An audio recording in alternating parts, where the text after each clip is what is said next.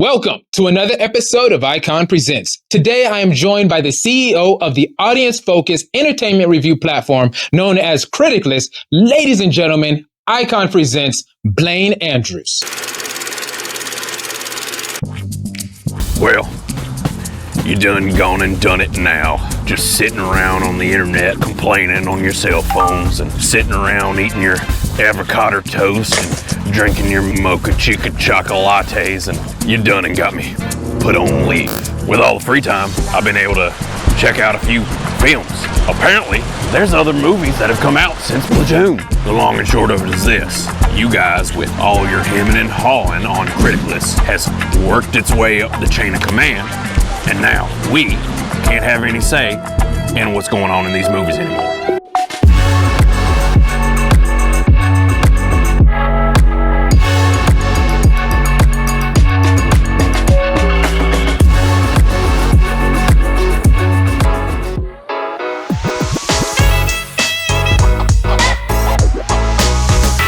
Welcome, Blaine Andrews. How you doing? I'm good, man. Thanks for having me.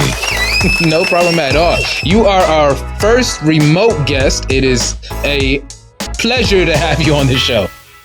Yeah, no, it's an honor. I know we're mixing things up to bring me in like this, but I'm used to being on camera all the time. Granted, I'd love to come out to California sometime and hang, but yeah. Hey, man, when we come out, we're going to get you in here and we'll be able to do this all over again as the platform grows and all that. It's going to be a ton of fun. So you started the platform known as Criticless.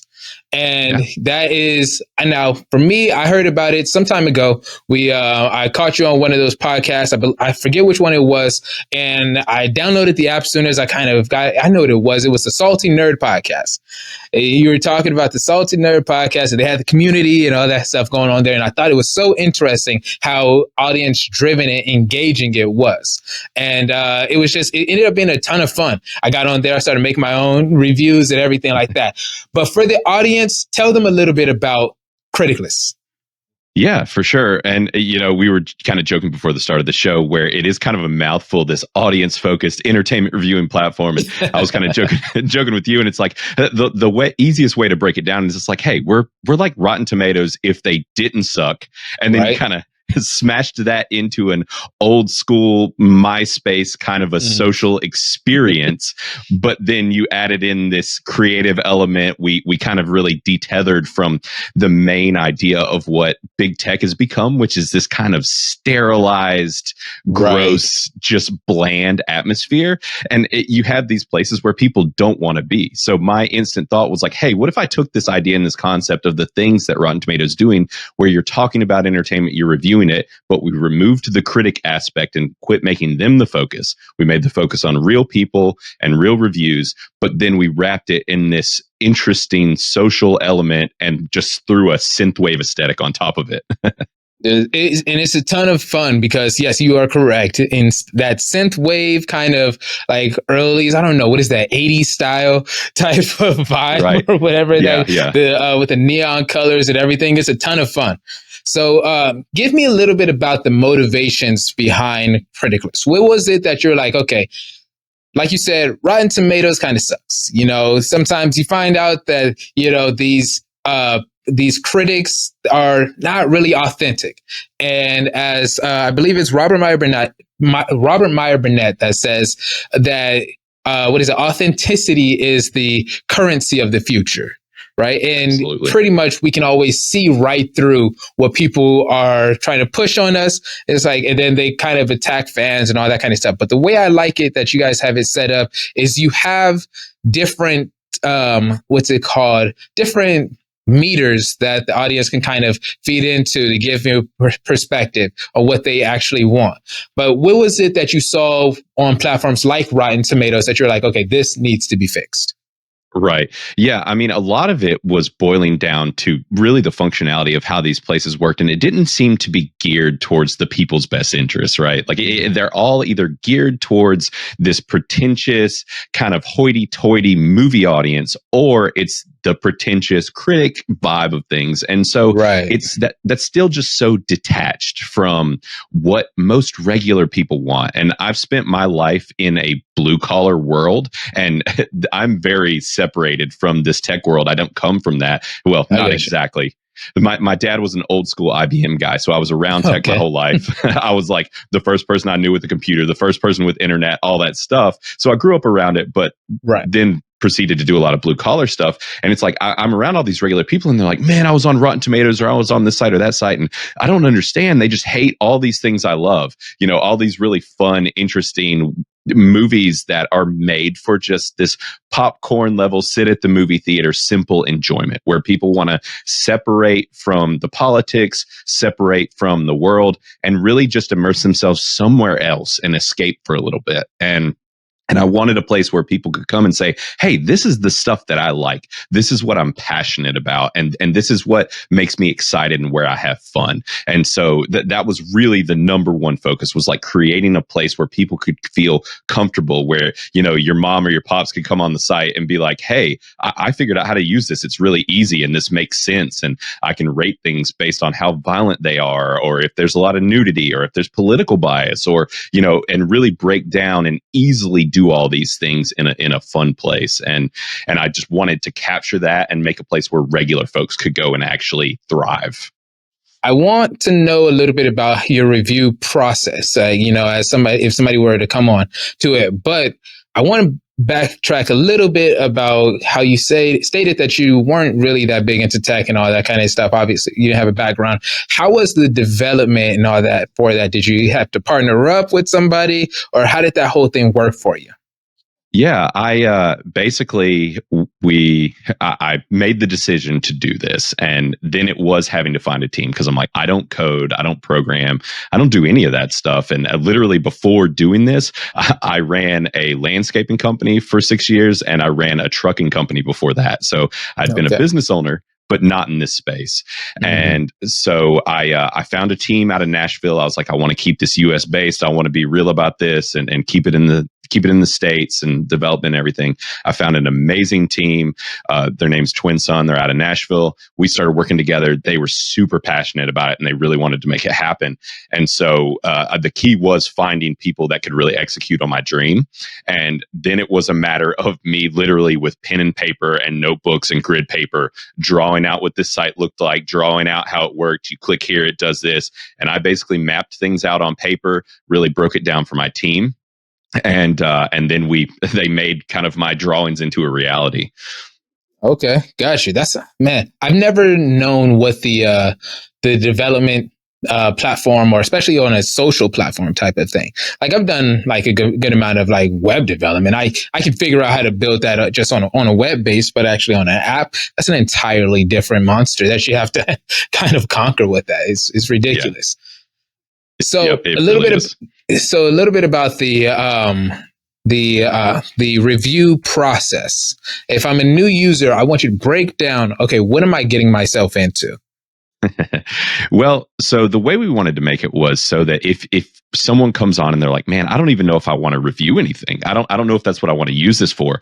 I wanted to make it easy to feel like a tool that you have, where it's this tool in your arsenal of your day-to-day things, right? So it's this place where if you just first download the app or you find the website, you're like, "Hey, I'm not going to leave a bunch of reviews. I just want to come in here and see what other people say." That's totally fine, and that's what you can do, and you can look at reviews and interact with people without ever leaving a review.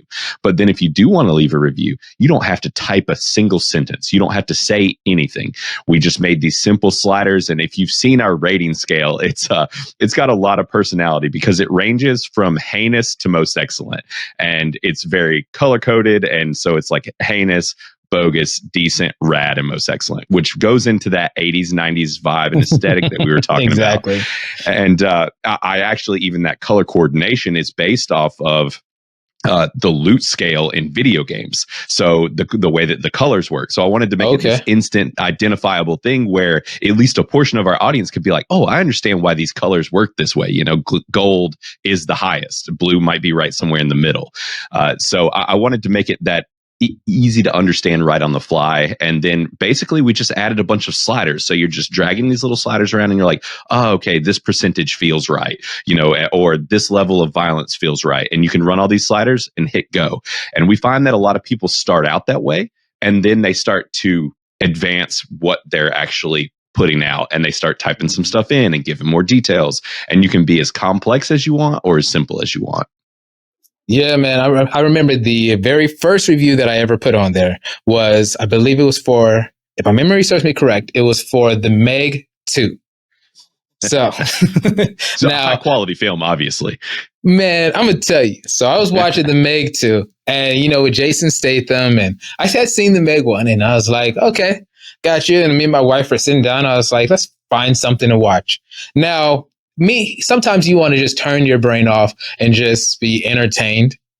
And that's exactly what I got out of that movie. And I think that movie, I don't know if that movie currently has like a RAD scale on the on Criticless or what it is, but I know I was like, man, this was a ton of fun. You could tell there's a part of that movie where they just say, you know what? Let's just have fun with it. Then you got Jason Statham going through with the giant squid, and he's battling a giant squid and that are fighting with the giant shark and little dinosaur creatures and all that stuff. And it's just going all kinds of crazy. There's guns and oh man, he's going through on a speedboat. He's trying to take it. It's like, what are we doing here, man? It was. So then after that, I'm like, man, that movie, me and my wife were like, after that whole experience, we sit back, we're like, that was fun. That was fun. And so then, you look up the Rotten Tomato score or whatever like that, and it's getting like pretty kind of like on the low side on the reviews. And it's like, yeah, that's because they're taking it too serious, man. This is this is what I need. This is what I needed at this time. So I jump on Criticless and I'm like, all right, cool. I'm gonna post my first review. And then I just go in and it was a ton of fun. And one of the cool things that I liked is that I started connecting with different people that was based off of that. It was like, hey, people like it or commented on it and all that type of stuff. So give me a little bit about the benefits or the different features, I'll put it that way, of Criticless. Yeah. So, we got into that kind of reviewing component, and it's like, yes, that's at its core, but kind of where you were talking about with meeting people and bouncing back and forth is it's like, we didn't want this to feel pretentious and stuffy, right? We wanted you to go in there and go down in the comment section of someone's review and throw in some GIFs and make some jokes and ping back and forth and have fun. And we have people making groups in the app. So like we added these kind of social group areas where there are groups where people talk about music and talk about, or anime, all sorts of different things that don't even necessarily have to do with what the app's about. Exactly. That's where it transfers, or it transcends past just being a review platform, and it adds in that social element for connecting. Because I'm telling you, like if we're talking about music, and then I see you talk about like, hey man, this movie is awesome. If I'm like, hey, we're already talking about music and we agree or whatever like that, we have a common interest in that, there's a high chance that we may enjoy this other media at the same way. Right. Exactly. And honestly, you hit on something perfect there where we have a feature called Friends with Benefits in the app, or it's which is hilarious. FWB, right? I couldn't help but lean into it. It's like my number one goal with this company was like, I want it to be very clear that we don't take ourselves seriously. Like I really want people to know it's like, we're here to have fun and we want you to have fun while you're here. And so we have Friends with Benefits, and the way it works is essentially it's a secondary way of getting the information of what you might think about a review. So if you're looking at the Meg 2, right? You can go on there and you see the audience score and you see your score. And let's say you gave it a most excellent and the audience score is like a decent, right? But your Friends with Benefits is a list of people selected just by you.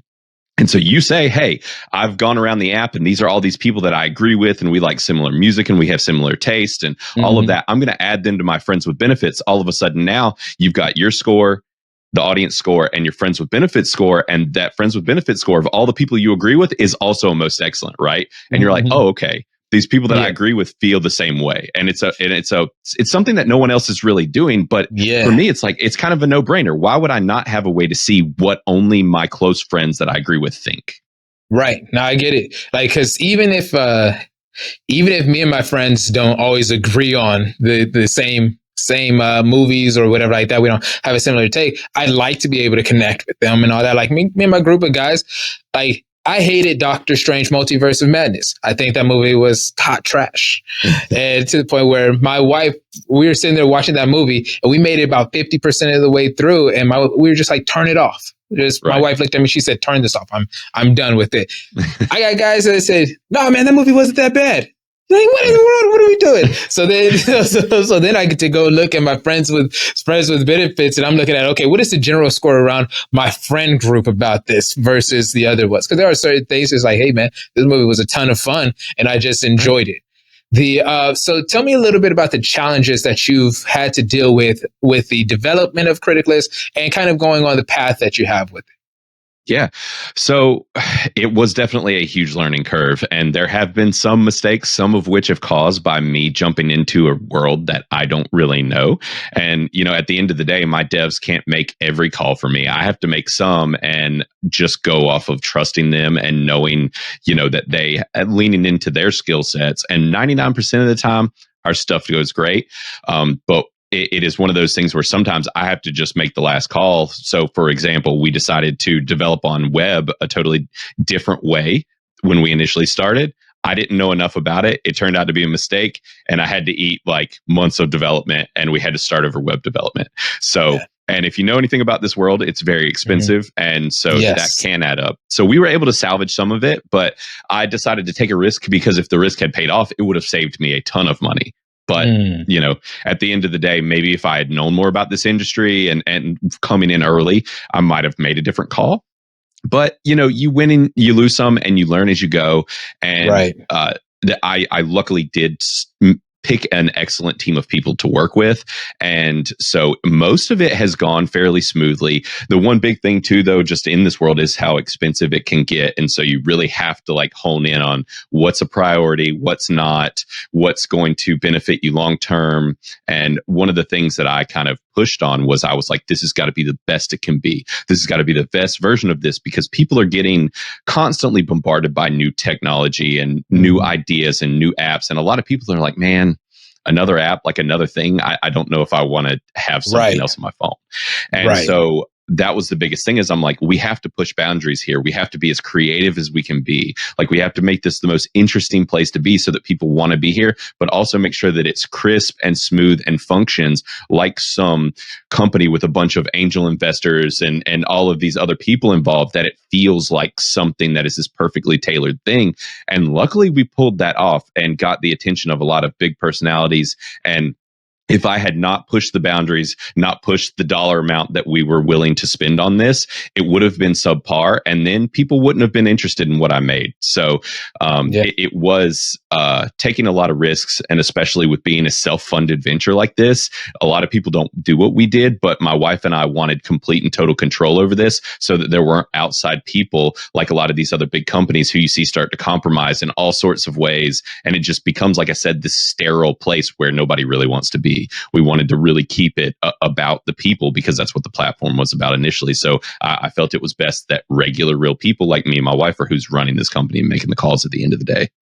I get it. I get that 100%, man. And you guys did do like a really good job with making it a very clean experience. Because I was thinking about this the other day, how there's so many different like streaming platforms. And I'm not talking about like the Netflix Prime and all that kind of stuff. That's one thing.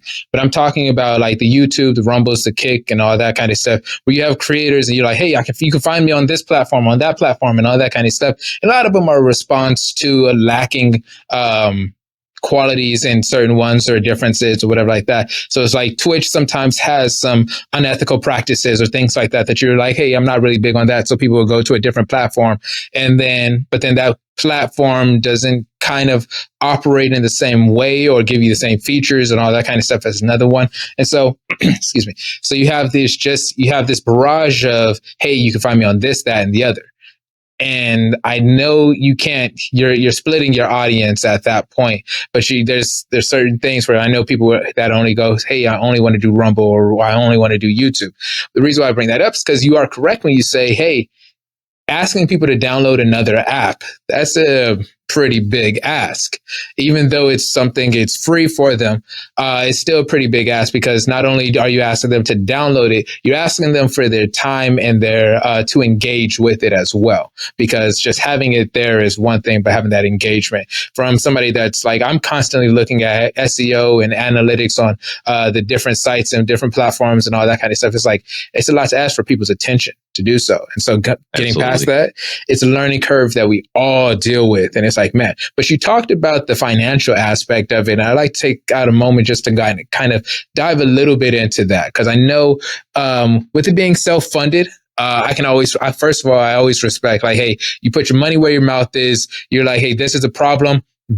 I want to create a solution rather than just complain about it and all that. So I'm going to invest in it and I'm going to take the risk. And it's great that you had your wife backing you on this project. And you guys were basically able to go in together with this. And that's great. Tell me a little bit about the when it comes to, because this is a curious part for me. Criticless is a free app. I can download it, I can engage on it, all that kind of stuff. For somebody, but it's a business venture, whatever like that. How do you recoup some of that expense that you had in that? Yeah, that is a real hard thing, and it's the first thing that a lot of people ask, especially if they're wanting to get involved and see how we grow and all of that. It's like, hey, what's the long-term goals here? And that is where things get hairy. So it's like, that is also a lot of why we are very forward about saying, like, this is a self-funded thing. You want us to make the perfect thing for you. You've got to stand behind us and back us and support us wherever you can. And so we are very transparent and forward about that. But with us, we have our paid memberships. We have a thing called Crit Club where we have a lot of extra features and options. And also we added verification. We have another company that's kind of plugged in for verifying our users, and it's very secure and safe, unlike a lot of these other platforms. And I'm taking the hit up front, but we found that as we bringing in more and more content creators, we're finding that more and more people like to stay anonymous. And so we've made a safe place for them to come and know that they can be on here and be anonymous and not be doxxed out of oblivion or whatever the case may be. And so, but basically, we've added in these features like that are a value add to content creators, and bringing those people in helps bring in their audiences and gives them a place to be. So also, these are a lot of people who are like, hey, support this thing. Let's our users, let's join Crit Club. But also, as we're growing, we have a lot of other monetization options and avenues. And obviously, the bigger and bigger we get, we can make money off of ad revenue as well. But you have to be to a certain size and have a certain number of traffic for that to be worth it. So right now, we're being kept afloat by our passionate users that have gotten verified and are wanting these extra features.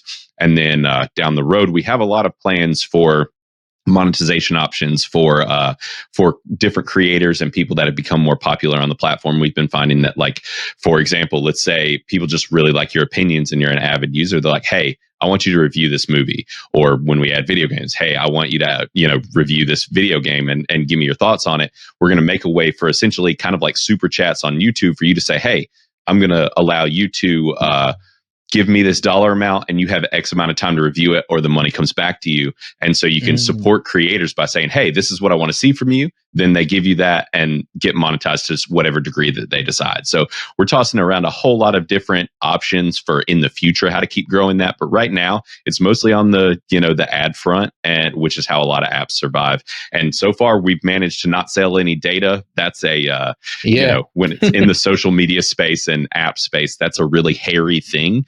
And I think that they've made anonymous data better, but I still don't fully trust it. So we've not gone down that route at all.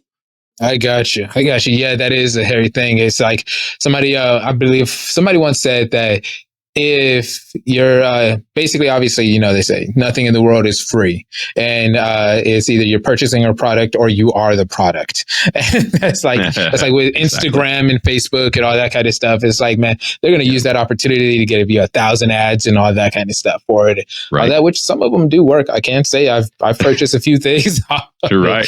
My wife sure has. So yeah, but I think the idea of having the having the different creators and all that kind of pushing it off. Obviously, that pushes the traffic. Like I said, I found you guys through the Salty Nerd podcast, and and that was a ton of fun. Because I was able to join that community. It was literally live on the show as you were doing the interview. I jumped right into that, all that. So when you're talking about the extra feature, the membership features, give me a little bit. Can you highlight those for me? Sure. So yeah, I mentioned like verification. That's one of the big things, obviously. But on top of that, we've added, like, for example, actual native, like, in the app YouTube hosting. So essentially, let's say that you review movies on YouTube. You could literally put your review in or put your, like, YouTube video in your review, and it will play native in the app. And so people can actually watch your YouTube videos, and you instantly have access to a whole new audience of Criticless people that they could come across this in your feed and elsewhere. So that's been a big one. But really, people have taken that feature and they've MySpacified it. And essentially what they've done is they're starting to, we've had quite a few people. I did not know this was going to be kind of our clutch feature to get people to sign up and give us money. But what started happening is people started pairing music videos and like songs to their reviews. And so you'll go and look, and there's like, they might play it humorously and put a funny song with a certain review, or, they'll even put a movie trailer or whatever. And so a lot of people are using it for that. But we have a lot of other nestled under features as far as, extended reach, so that more people see your posts and things like that. And we keep adding more and more features to that. We've got one coming soon that I haven't really talked about publicly anywhere, where in the app, we actually have a lists feature where you can make lists in the app for, let's say your top 10 favorite horror movies, or that's movies. awesome. Right. And or like movies that were recommended within the app. So we have lists in there already. But what we want to do is, the plan is to actually, this will be a paid feature, is shared lists. So let's say you want to share a list with you and your wife, and both of you can manipulate on your accounts and move things around on this list and use it. So you can have a whole group of people that are in control of one list. And we found that a lot of people want that. So there's certain features like that that are obviously pretty easy to nestle in under our paid features, or like drafts, where let's say you write a lot of reviews on the app, you can save a draft, but you don't want to publish it yet. Those type of things. I got you. That's cool, man. That list feature sounds interesting. There was a couple of things that you mentioned there. First off, so going off that list feature, the let's say, well, I'm kind of working this out in my mind. I haven't thought it through yet. I just going based off of what you said. But let's say somebody like, are you familiar with the Soska sisters? Yeah. Yeah. So the Soska sisters, they've worked on some movies and all that stuff on there. At all, would it be possible for them to go in and say, hey, we want to sign up for this membership or whatever like that, and have a list, but not a list of just movies, a list of, well, they'll have theirs, like their favorites and all of that kind of stuff, but then also have like their movies. If I make films, can I have a membership there where it's not a thing of like, hey, give me a positive review and all that kind of stuff to do so, whatever, but hey, here's some movies made by this person. So if I'm a part of the community and that you want to check out some more stuff, that you can go based off of, these are the movies that I've worked on or anything like that. Yeah. They can absolutely currently do that already in the app, and they could make a list. Like if they were in there, they could make a total list of, and you can even write stuff out beside it, and it links to that movie, and you can instantly go and look at it and see all the details and stuff on it. Because also another thing is our app works similar to something like IMDb, where you can see the actors that are in things and the directors and where it's streaming, and any kind of information like that is also still on there as well. That's cool. That sounds like an interesting feature that I want to end up checking out. And then I also like the, you talked about kind of embedding like a YouTube video or whatever like that for it. If I'm a film critic or stuff like that, I'm like, hey, cool, I post my video on here. That's going to bring more traction, not only to obviously Criticless, but it's also going to bring more views to my video. And so then, hey, it's all working out for me. I'm getting more and more views. So just different things like that. It's interesting when you're going through these process or going through this, I guess, this path that you're on. There's so many things, like even with Icon Presents and this platform that we've established here, like there's so many things and avenues that you can kind of find out along the way on growth, because you don't want to get stagnant. You want to keep growing and keep growing and keep growing. With that in mind, I know you've kind of been asked this before. Mhm. Right now, you guys have movies and TV shows, right? Yep. Obviously, you're probably expecting this question. When do we get video games and books? Yep. Those are the big two. So hopefully sooner than later. The plan is video games first, followed by books. Okay. Video games is kind of, I mean, that's a big market in itself, and books are too. And there is a little bit of competition for apps like this in the book space, but a lot of people seem to be burned out on those, and they are either pretentious or not fun to use. But the video game space, we will essentially corner the market. There is nothing quite like us out there. So that's what we want to tackle first. Hopefully that's this year, in all honesty. And with the community that we've found ourselves interacting with, and all the people, the social commentators and the critics and things like that, all the people that we have become kind of friends with, they are pushing for video games really hard. And so that's on the docket. And my plan is this year. But obviously, like we were talking about earlier, it's like this is an expensive business to be in. So the question is, do we continue to self-fund that portion, or do we crowdfund it like a lot of people have done? Now that there's a lot more eyes on us and what we are doing, that might be the thing. And that's honestly probably what would make it happen faster, is if we crowdfunded it. But so we're tossing around those ideas. But I would like for video games to be this year, then make sure that all of that is working perfectly. And who knows, maybe books and comics and stuff as soon as next year. That would be amazing. That would be super sick. I'm looking forward to that, man. I was like, oh gosh, man, if a spot where it'd be like, hey man, that what's that new game called? Avowed? It's like, hey, you know, you get a little insight into that, but then, you know, because you can't trust pretty much. You can't really trust anybody to give their authentic and like real insight into a platform, especially since video games are now like the biggest medium that's out there and makes more money than Hollywood.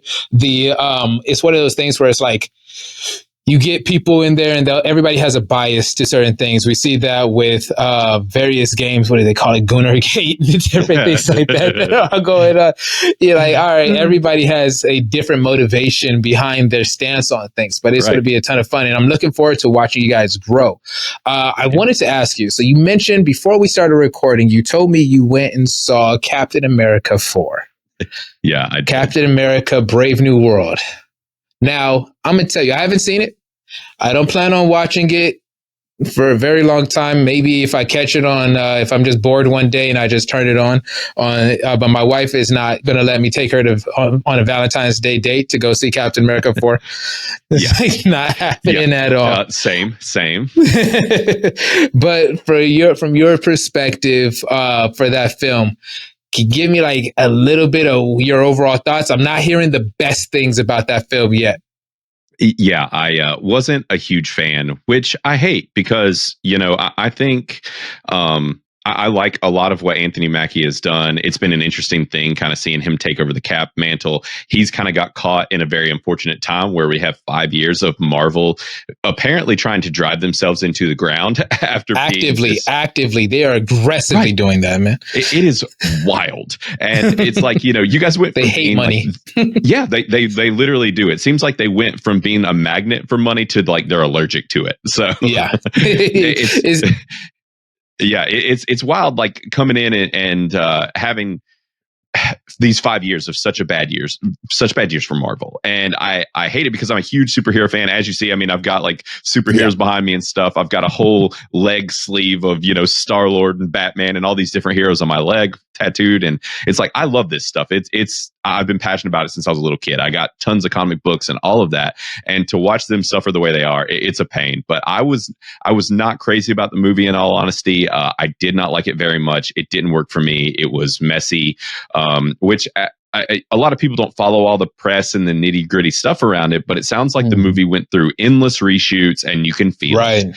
You know, that the budget was something like $300 and something million, which is the most insane thing I've ever heard. You don't feel that 300 and something million on screen. That's rough. It's a messy movie, and I hate it for them. It's another strike for them.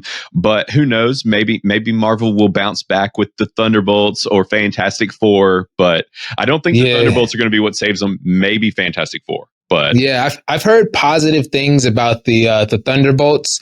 It'll be interesting to see what they do with that. With Captain America 4, I'm like, gosh, I hate the idea of Anthony Mackie and Falcon trying to take up the mantle of Captain America. It feels cheap. And it feels cheap watching it.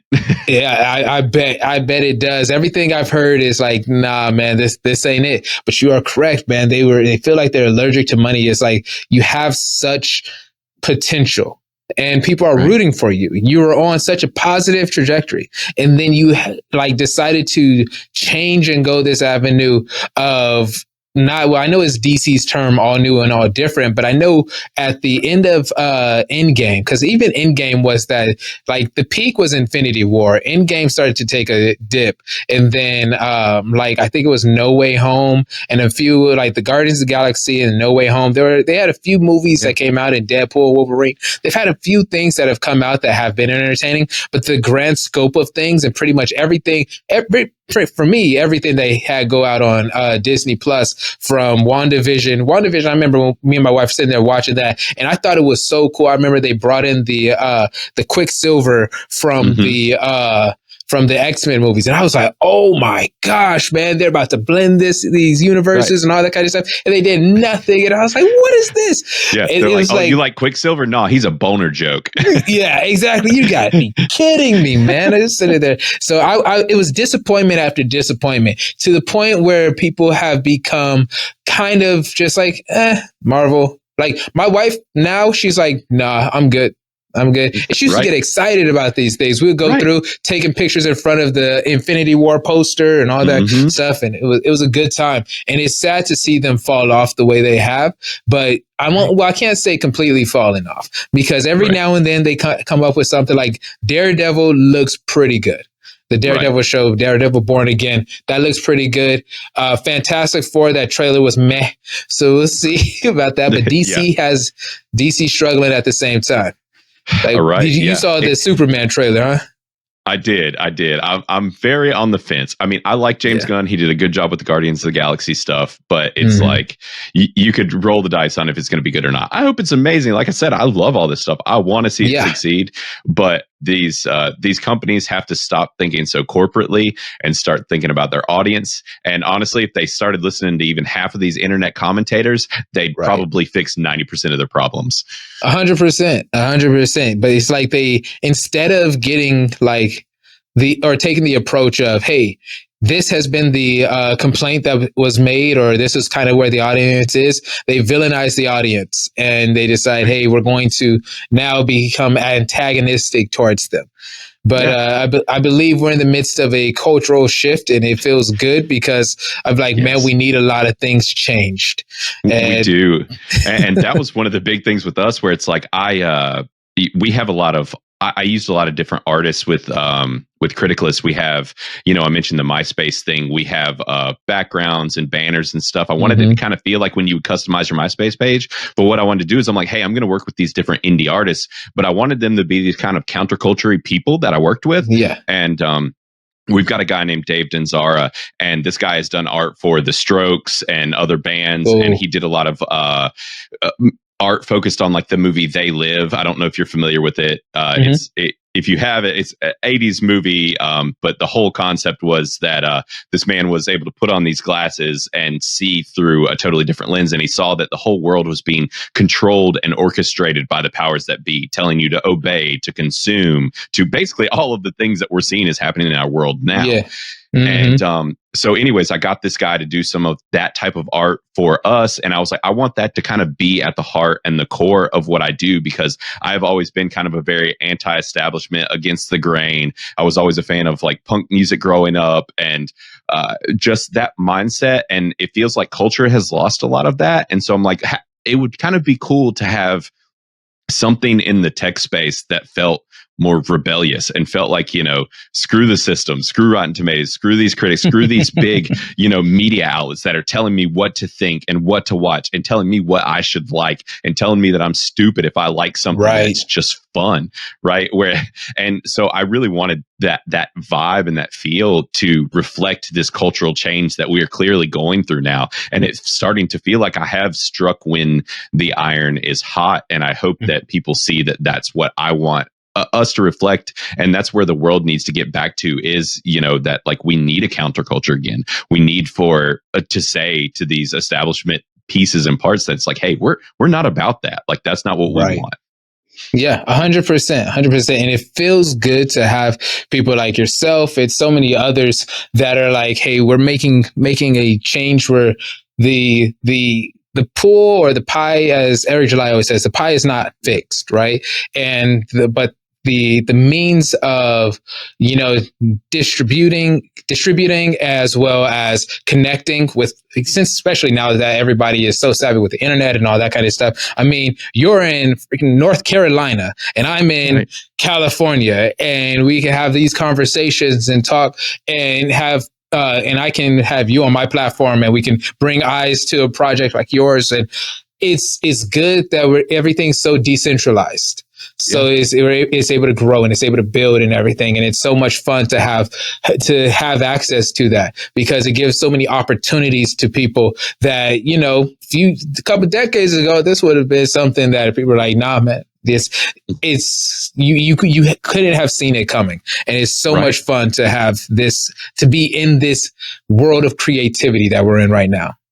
Absolutely. And I think a lot of people are getting more and more inspired to really to push back and to create and to inspire others. And you mentioned Eric July, and it's like we have these people like that are like, look, this other establishment thing wasn't working. I'm sticking my flag in the ground. Like this is the thing I'm making and doing. And that's the, you know, obviously we're trying to do a similar thing. And there's people in all other avenues, whether it be people writing comic books or people making movies, or and I think that we are starting to take our culture back as a people, because like you said, technology is advancing in a point where these establishment groups have kind of lost control, because it's become so easy to create now.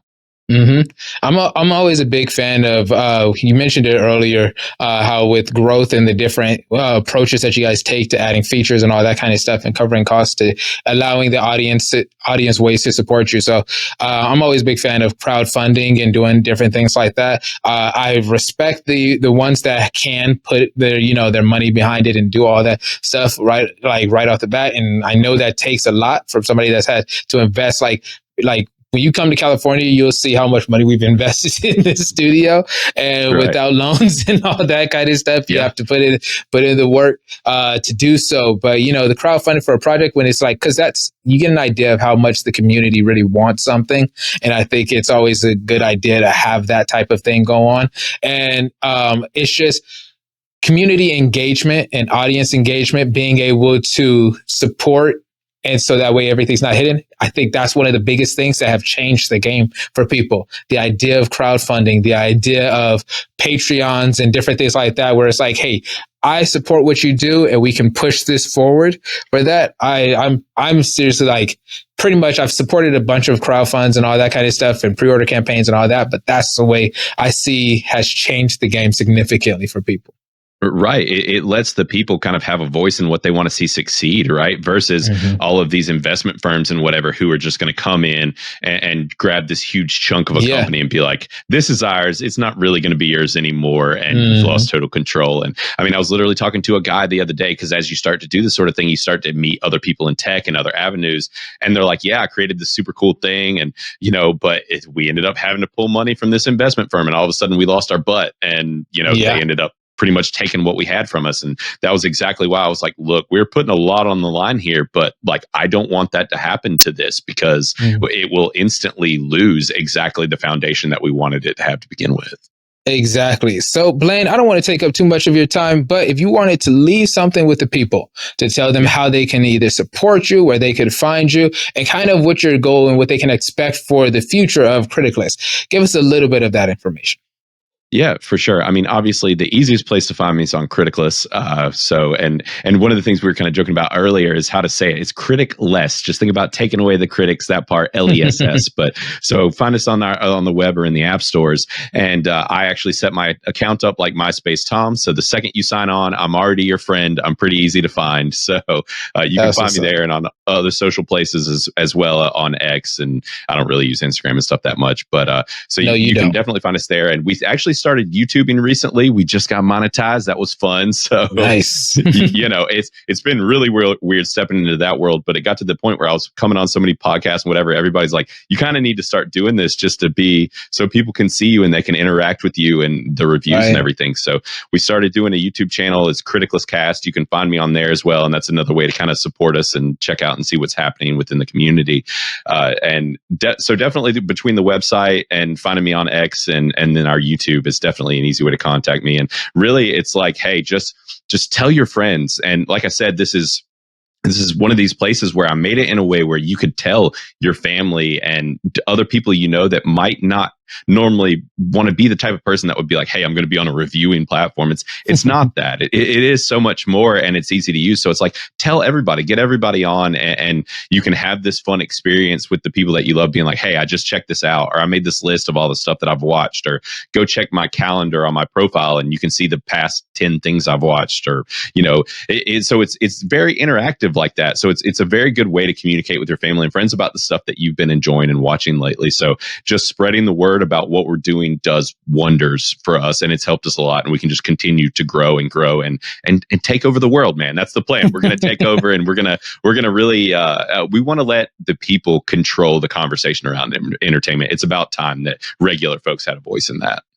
I got you, man. I got you. And I love it. I love what you're doing, and I love watching you guys grow.